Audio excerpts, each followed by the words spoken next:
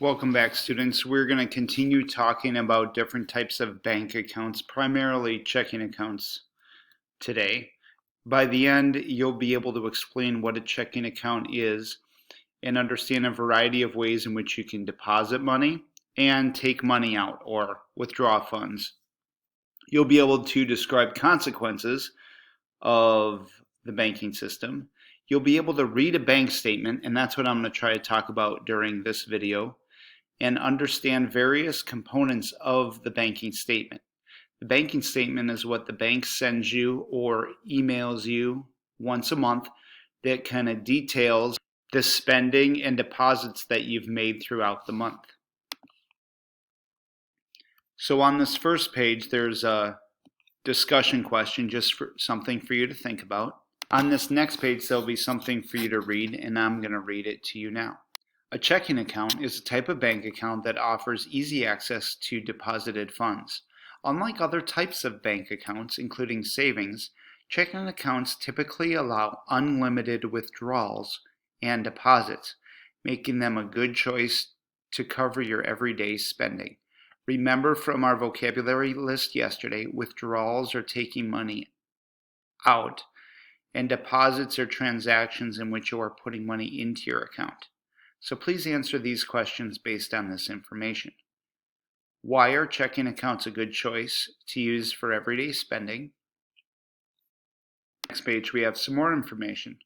There are several convenient ways to access the money in a checking account. For example, you can write checks, make purchases using your debit card, make withdrawals and deposits with an ATM card, use the bank's online bill pay service, set up automatic payments or deposits, or transfer funds to and from other accounts.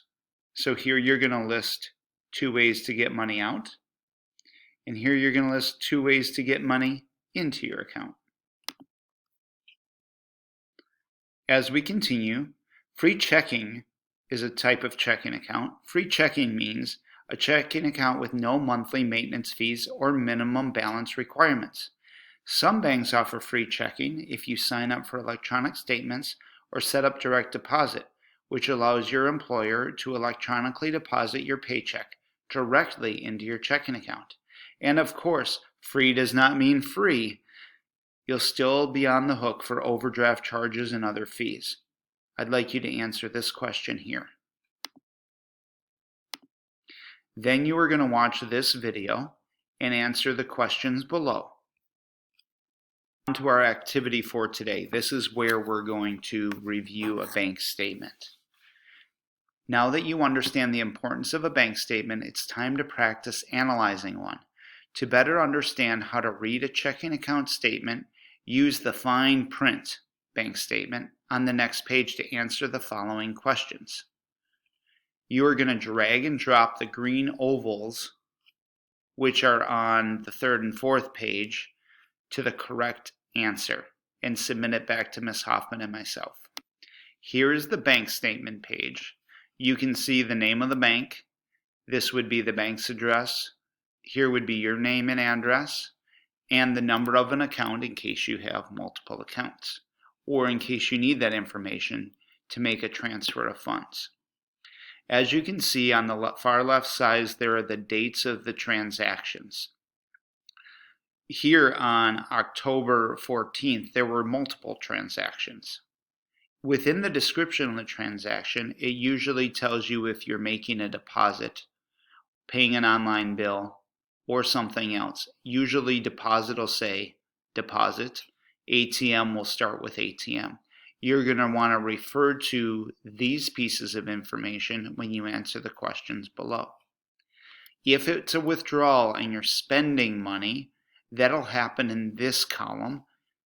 As you search across here, you're going to a hotel, but guess what? It's not a withdrawal. It's a deposit, so they must be paying you money.